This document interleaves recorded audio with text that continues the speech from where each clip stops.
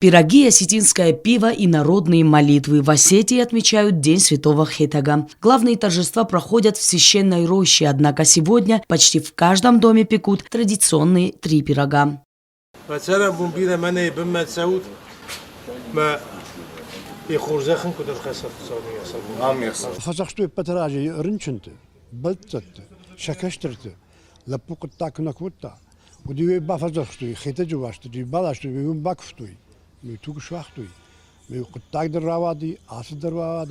По преданию, роща чудесным образом перенеслась на равнину со склона и укрыла Хетага от преследователей, когда он взмолился о помощи. Это святилище – символ духовной жизни нашего народа. Люди приезжают в рощу, которая в Осетии считается святой, чтобы совершить там жертвоприношение и помолиться святому Хетагу.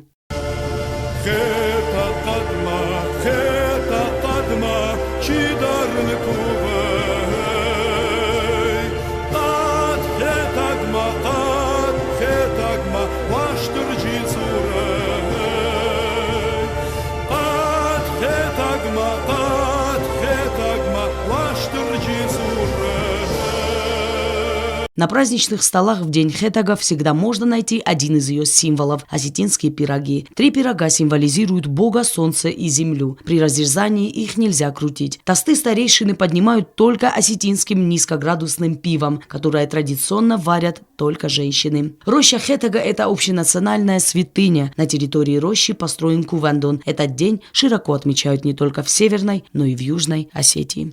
Оксана Джоева, Зарема Арсоева. Программа «Неделя».